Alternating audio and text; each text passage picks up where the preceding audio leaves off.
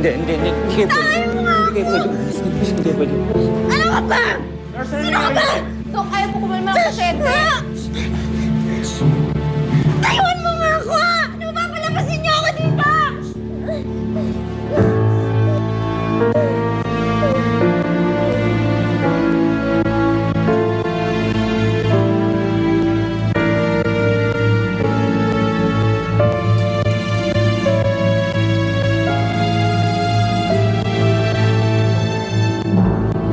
Saan-sana tayo naghahanap, Ami. Pero di pa rin natin makita si Melissa. May isang araw na siya nawawala. Baka kung napapano na yung anak ko. Nay, huwag mo kayo mag-alala. Malay niyo nagpapalamig lang mo yung pagkatapos na nangyari nung kasal. Kasi naman kung gusto lang niyang palipasin yung mga nangyari, kung gusto lang niyang mag-isip o mapag-isa, dapat nagpaalam siya sa akin eh. Manaligo tayo sa Diyos. Wala akong mangyayaring masama kay Melissa.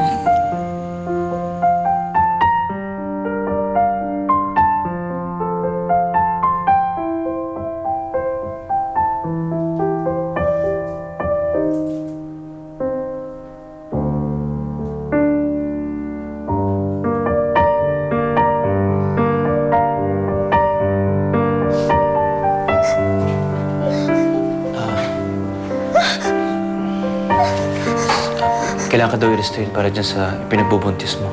Pasensya na. Sino ka ba? Ako si Felix. Nakita kitang tumalon sa tulay, kaya niligtas kita. Hindi ba dapat ginawa yun? Hindi ko hiniling sa'yo na iligtas mo ko. Ayoko na mabuhay!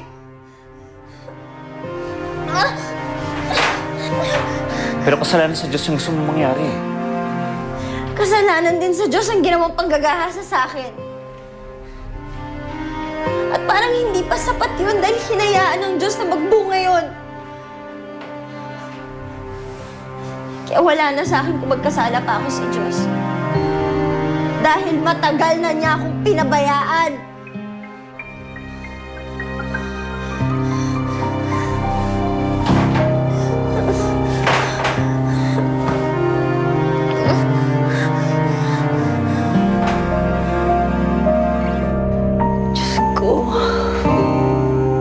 Maawa po kayo sa akin.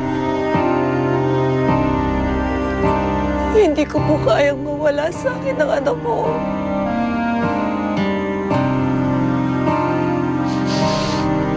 Kung saan man siya naroroon ngayon, Panginoon ko, yakapin mo po siya. Huwag niyo po siyang pababayaan. Kailangan ka, Panginoon ko, ng anak ko ngayon, ikit kailanman. Nagsusumamo ako sa'yo. Huwag niyo siyang pababayaan. Ligtas mo siya.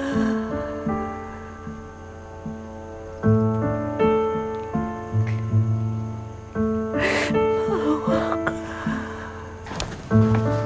Maawa ka. Nay Amor. Nay Amor, may bisita ko kayo. Ha?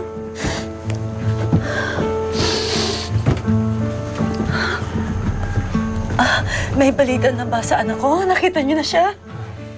May balita pong nakarating sa amin na may isang babaeng naka-wedding gown daw ang sinugod sa ospital ng San Martin.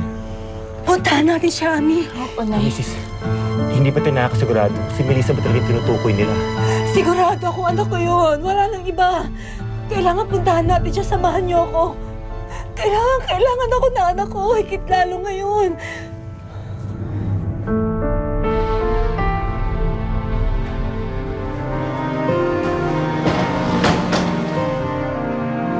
Nilala kita ng pagkain. Kasi sinabi ng mga nurse sa akin na buong araw ko to hindi pa kumakain. Kahit isang subo lang.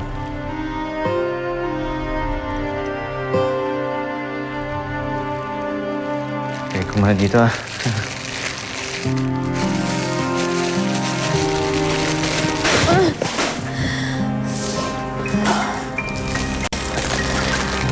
Alam mo, kailangan mo maging malakas para dyan sa batang dinadala mo.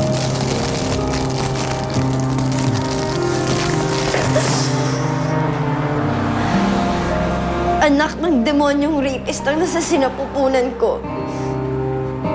Kaya hindi ko na siya kailangang buhayin pa.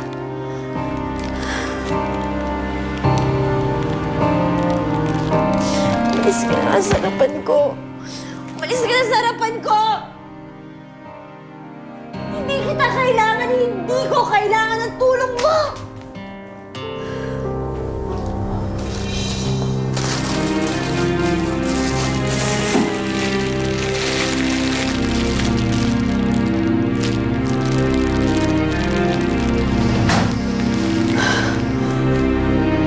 Marisa? Ay. Ay. Ay. Bakit? Bakit? Hindi ko naiintindihan kung bakit ito nangyayari sa akin.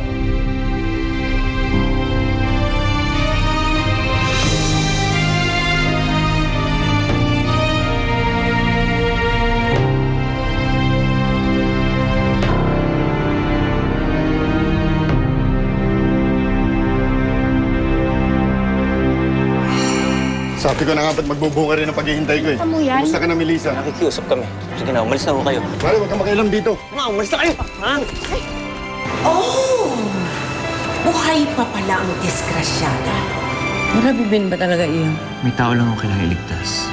And I had to make sure na okay siya bago ko iwanan. Mas inuuna mo pa yung ibang tao kaysa sa tita mong nag-aalala at nagpalaki sa'yo. Habang dinadala kong batang to, hindi ko makakalimutan ang kakayupan na ginawa sa akin. Nas